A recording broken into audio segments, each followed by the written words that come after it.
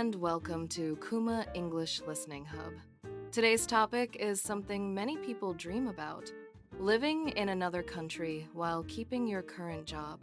But we're not talking about moving forever, and we're not talking about a short holiday either. We're talking about digital nomad visas.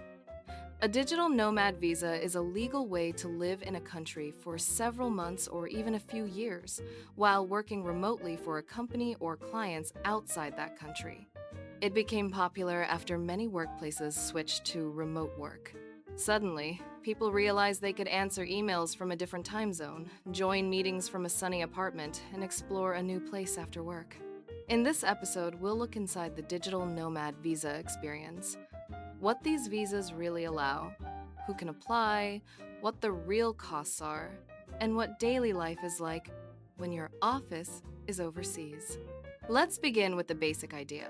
Why do countries offer these visas? For many countries, digital nomads are attractive visitors. They often stay longer than tourists, rent apartments, buy groceries, use cafés and gyms, and spend money locally. At the same time, they are usually not taking jobs from local workers because their income comes from outside the country.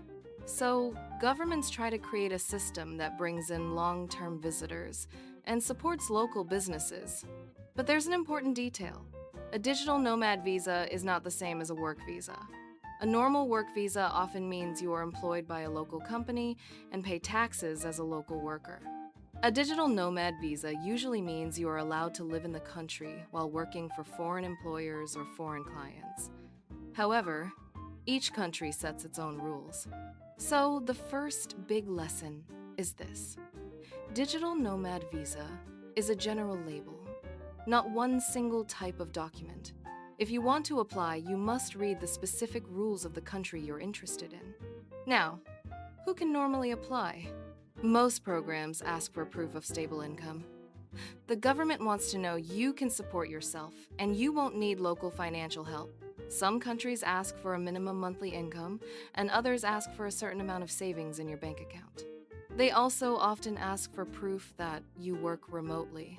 That might mean an employment contract with a company abroad, or client contracts if you are freelance, or business registration documents if you run your own company. Another common requirement is health insurance. Because you are staying for a long time, governments want to know you have medical coverage if you get sick or have an accident. And of course, you need a clean legal record and a valid passport. Some countries ask for a background check document from your home country. So, on paper, it can sound straightforward, but real life is always more complicated. Let's talk about real costs, because people often underestimate them. First, there is the visa fee itself. It might be relatively small, or it might be several $100s or more depending on the country. Second, there are document costs. You might need official translations, notarized copies, and apostilles, which are special stamps used for international documents. These steps can be expensive and slow. Third, there is the cost of proving your income. That sounds strange, but it matters. If you are self-employed, you may need extra paperwork like tax returns, invoices, bank statements, and letters from clients. Preparing these documents can take time, and sometimes you need professional help. Fourth, there is the cost of moving and setting up a life. Flights are only the beginning. You may need temporary accommodation for the first weeks, a deposit for an apartment, basic furniture, a local SIM card, and transportation. And then there is a cost many people forget: the time cost. Applying for a visa can take weeks or months. You may have to wait for appointments, visit embassies, and respond to extra requests. During that time, you are still working, and you may feel stressed. Now let's imagine you get approved. What is daily life like? Many digital nomads picture a perfect routine. You wake up early, drink coffee with a view of the ocean, work for a few hours, and then go surfing or sightseeing. Sometimes that happens, but many days look more normal. A typical day might start with checking your internet connection. This sounds like a joke, but it's serious. Stable internet is the #1 tool for remote work. Before you rent an apartment, you might ask the owner for a speed test. You might also have a backup plan, like a mobile hotspot or a co-working space nearby. Next, you plan your work hours. Time zones can be a big challenge. If your team is in New York and you live in Europe, you might have late afternoon meetings. If your clients are in Asia and you live in South America, you might start work very early. This can affect your social life. You might finish work when other people are going out, or you might be in a meeting when a local festival is happening. So you must learn to balance work and exploration. Then there is the question of where to work. Some people work from their apartment. It's comfortable and quiet, but it can also feel lonely. If you live alone in a new country and work alone all day, you may feel isolated. That's why co-working spaces are popular. They offer a desk, reliable internet, meeting rooms, and sometimes free coffee or community events. But they cost money. And not all co-working spaces are the same. Some are calm and professional, while others feel like a social club. Cafés are another option, but they can be noisy. Also, in some places, it's not considered polite to occupy a table for many hours with only one drink. So digital nomads learn local expectations. Now let's talk about the practical side of living abroad. Housing. Housing can be the hardest part. Short-term rentals can be expensive. Long-term rentals are often cheaper, but they may require a local bank account, a local ID number, or a long contract. In some countries, landlords prefer local tenants and may be unsure about foreigners. You might need to show extra proof of income or offer a larger deposit. Also, you may face scams.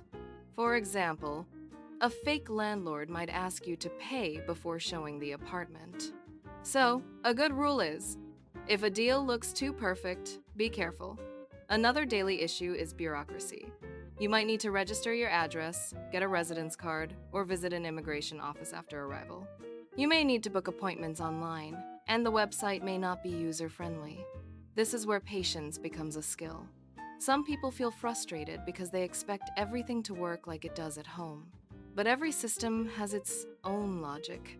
Now, let's discuss money and taxes, because this is an area full of confusion. A digital nomad visa does not always mean you do not pay taxes in the country where you live. Some countries offer tax benefits, and some do not. Some visas are designed to attract foreigners with special tax rules. Others simply give you permission to stay, and taxes depend on how long you live there and where your income comes from. You may also still have tax responsibilities in your home country. So it can become complicated quickly. A smart approach is to learn the basics and then speak to a qualified tax professional. It may cost money, but it can save you bigger problems later. Next, let's talk about culture. Living in a new country is exciting, but it can also be tiring. Small tasks can become more difficult. For example, buying medicine might require a conversation in another language. Understanding local rules, like recycling or quiet hours in apartment buildings, can take time. Many digital nomads experience a honeymoon phase at the beginning. Everything feels interesting. Then, after a few weeks, the challenges feel bigger. That's normal. When you live abroad, you don't only experience the fun parts of travel, you also deal with real life. A good way to adapt is to build routines. Find a supermarket you like. Learn a few useful phrases. Choose a gym or a walking path. Simple routines can make a new place feel like home. Now, what about friendships? Making friends as a digital nomad can be easier than you think because many places have active international communities. You can join language exchanges, sports clubs, and local events. But friendships can also feel temporary. People come and go. You may meet someone, become close in 2 weeks, and then they move to another country. This can be fun, but it can also be emotionally tiring. Some digital nomads eventually choose one base city where they stay longer, and then they travel for shorter periods. Let's also talk about the impact on local communities. Digital nomad visas can bring money into a place, but they can also create problems. In some popular cities, rents have increased, and locals may feel pushed out of certain neighborhoods. This is a sensitive topic, and it's important to think about responsible behavior. If you live abroad, try to support local businesses, respect local rules, and learn about the community, not just the tourist attractions. So, is a digital nomad visa worth it? It depends on your personality and your situation. It can be a great choice if you have stable remote income, you enjoy new experiences and can handle uncertainty, you are willing to plan carefully, you are comfortable being independent, but it might be stressful if your job requires constant, real time communication across time zones. You hate paperwork and unpredictable processes. You need a strong, long term community around you. Before we finish, here are a few practical tips if you're considering a digital nomad visa. First, research the visa requirements carefully and only use official government websites or trusted sources. Second, make a realistic budget. Include visa costs, health insurance, housing deposits, co-working fees, and emergency savings. Third, test the lifestyle before making a big move. Try working remotely from another city for 2 weeks, if possible. Fourth, plan your internet and your workspace like you plan your flights. For remote work, it is not a small detail.